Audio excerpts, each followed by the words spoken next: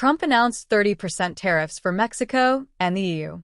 The president posted letters addressed to European Commission President Ursula von der Leyen and Mexican President Claudia Sheinbaum on his Truth Social account, saying the import taxes would be placed on Mexico and the European Union effective August 1st.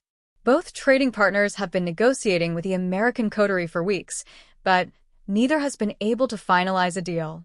They responded by saying they will continue to seek agreements before the deadline. U.S. equity futures fell Sunday evening following the news. Updates from the Texas flood tragedy. Emergency workers in Kerr County, which suffered the worst in the July 4th flooding, were instructed yesterday by local police to leave the Guadalupe River corridor due to the threat of new flooding, although some operations were allowed to proceed later in the day. Also yesterday, Homeland Security Secretary Kristi Noem defended FEMA's response to the disaster. She said she was not sure if a report released Friday by the New York Times, which found that the agency laid off hundreds of call center workers during the crisis, was true.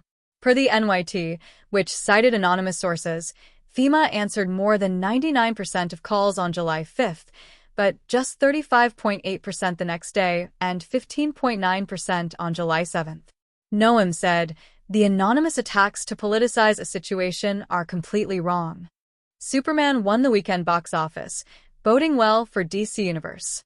The reboot starring David Corenswet in the eponymous role and Rachel Brosnahan as Lois Lane took the #1 spot with $122 million in ticket sales domestically, good for the third-largest debut of the year behind a Minecraft movie and Lilo and Stitch.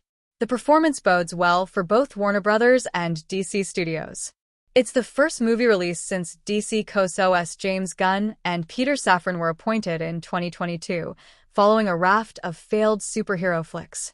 The DC vision is clear, the momentum is real, and I couldn't be more excited for what's ahead, Warner Brothers Discovery CEO David Zaslav said.